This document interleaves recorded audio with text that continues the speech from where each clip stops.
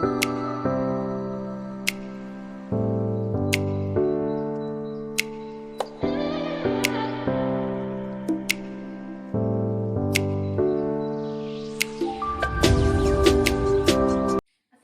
Bu. Waalaikumsalam.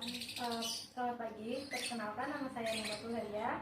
Saya dari Fakultas Ilmu Kesehatan Prodi Purwakarta 1 Universitas Muhammadiyah Purwokerto. Sebelumnya terima kasih ya Bu, karena Ibu telah meluangkan waktunya pada pagi hari ini. Tujuan saya datang ke sini untuk mengadakan penyuluhan terkait tentang pelatihan relaksasi napas dalam untuk mengurangi tingkat kecemasan pada penderita glukoma. Jadi sebelum kita melakukan pelatihan relaksasi napas dalam, kita harus tahu lebih dulu ya Bu, apa itu glukoma, kecemasan, dan bagaimana caranya melakukan pelatihan napas dalam.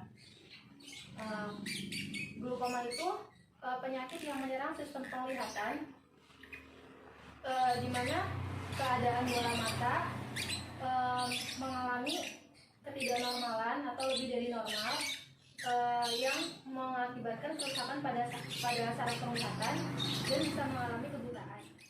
Jadi sebelum kita melakukan pelatihan relaksasi napas dalam, kita harus tahu lebih dulu ya Bu, apa itu glukoma, kecemasan, dan bagaimana caranya melakukan pelatihan napas dalam. Glukoma itu penyakit yang menyerang sistem penglihatan, di mana keadaan bola mata mengalami ketidaknormalan atau lebih dari normal, yang mengakibatkan kerusakan pada saraf penglihatan dan bisa mengalami kebutaan.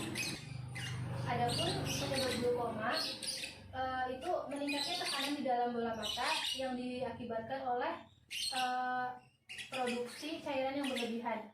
Lalu selanjutnya ada tanda dan gejala glukoma seperti penglihatan kabur, lalu terdapat lingkaran pada bola mata jika terkena cahaya terang.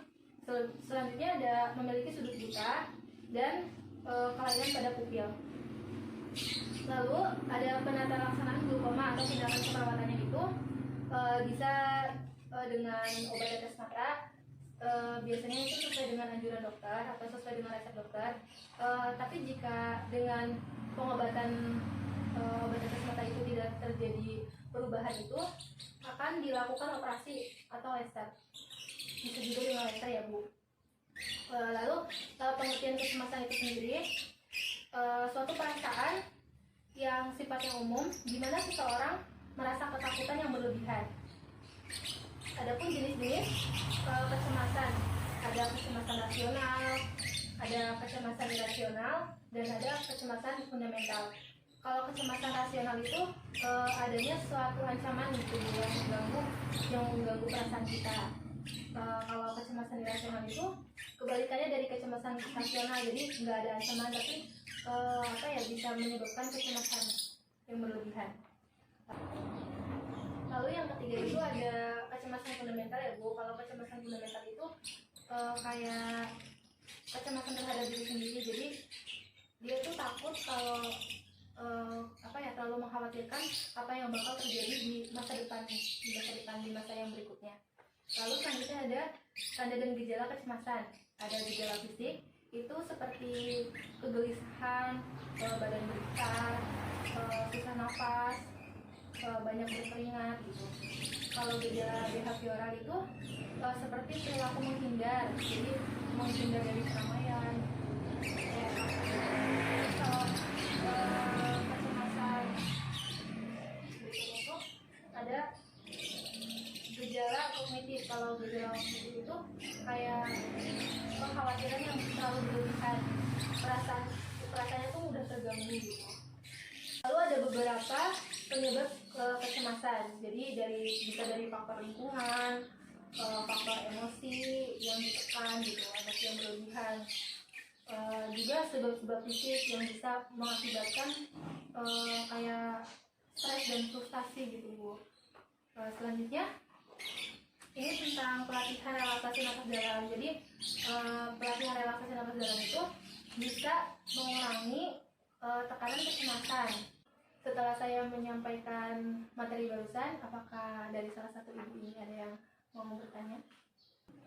Saya mau bertanya Mbak, ya. kalau glukoma itu dapat disembuhkan atau tidak? Pertanyaannya bagus ya Bu. Jadi glukoma itu sebenarnya tidak bisa disembuhkan, tapi bisa diobati. Sudah saya jelaskan tadi di awal tentang penata laksanaan glukoma, bahwa glukoma itu bisa diobati dengan obat tetes mata, dengan operasi maupun dengan laser, tergantung tingkat keparahan tekanan intraokulernya itu seperti apa. Untuk selanjutnya, saya akan mencontohkan bagaimana pelatihan relaksasi nafas dalam. Yang pertama itu kita ambil posisi yang sekiranya nyaman menurut kita, lalu tangannya sebelah kanan ini bebas sih, mau sebelah kanan atau sebelah kiri, itu diletakkan di dada, lalu yang sebelahnya lagi diletakkan di perut. Lalu kita ambil napas secara perlahan dari hidung, tahan selama 1-3 detik, lalu hembuskan dari mulut. Jadi tindakan relaksasi nafas dalam ini bisa dilakukan hingga nyeri terasa berkurang ya Bu. Tindakan ini juga bisa dilakukan setiap hari selama 15 kali. Selanjutnya Ibu bisa melakukan nanti saya ini ya Bu. Yang pertama kita ambil posisi yang menurut kita nyaman, lalu kita letakkan tangan sebelah kanan di dada, lalu yang tangan sebelah kiri kita letakkan di perut. Lalu selanjutnya kita ambil nafas dari hidung, tahan 3 detik, lalu hembuskan melalui mulut secara perlahan-lahan. Ya, itu ya Bu, sampai rasa nyeri itu berkurang. Jadi setelah kita melakukan penyuluhan, dapat disimpulkan akibat terfatal dari penyakit glukoma itu bisa mengalami kebutaan. Jadi penderita glukoma cenderung mengalami tingkat kecemasan yang berlebihan.